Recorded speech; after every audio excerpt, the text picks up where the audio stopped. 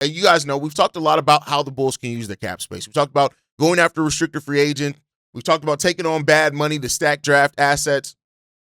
But I want to talk about more than just pursuing, because even a lot of the candidates that we talked about pursuing are younger. Peyton Watson, younger. Walker Kessler, younger. Mark Williams, younger, right? That's why they're restricted free agents.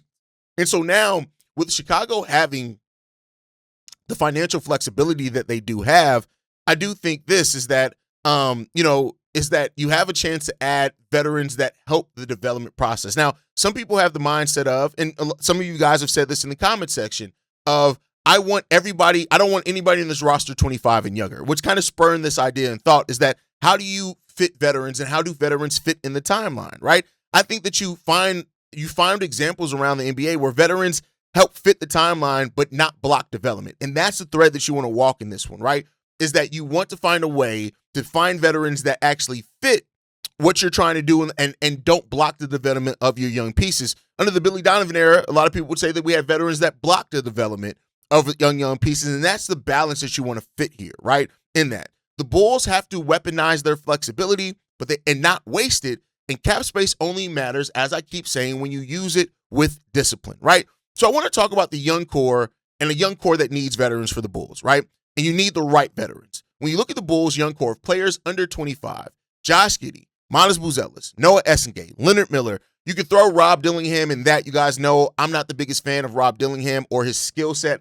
I don't know if he's going to end up being an NBA player, but he is still a young player that you could want to invest development minutes in and figure out. And all this is going off of they earn the minutes, right? I want to be clear here. They earn it because that is really what trial by fire, right? But with the Bulls, through Bryson Graham's words and through a lot of the head coaches that we see, development is going to be a priority there, right?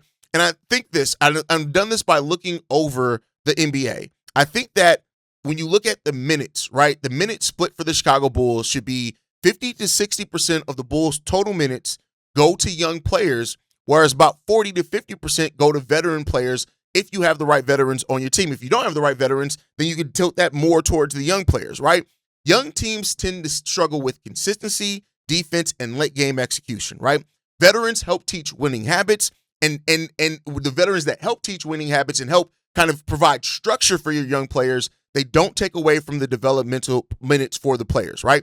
Playing kids sounds great until nobody knows how to close games. You don't just magically learn how to close games. You have to be in those situations where, the closing of games matters, where veterans have to help with that, and you have to guard without fouling or organize the offense. Development needs structure. That is the overarching thing in this conversation that I want to have, right?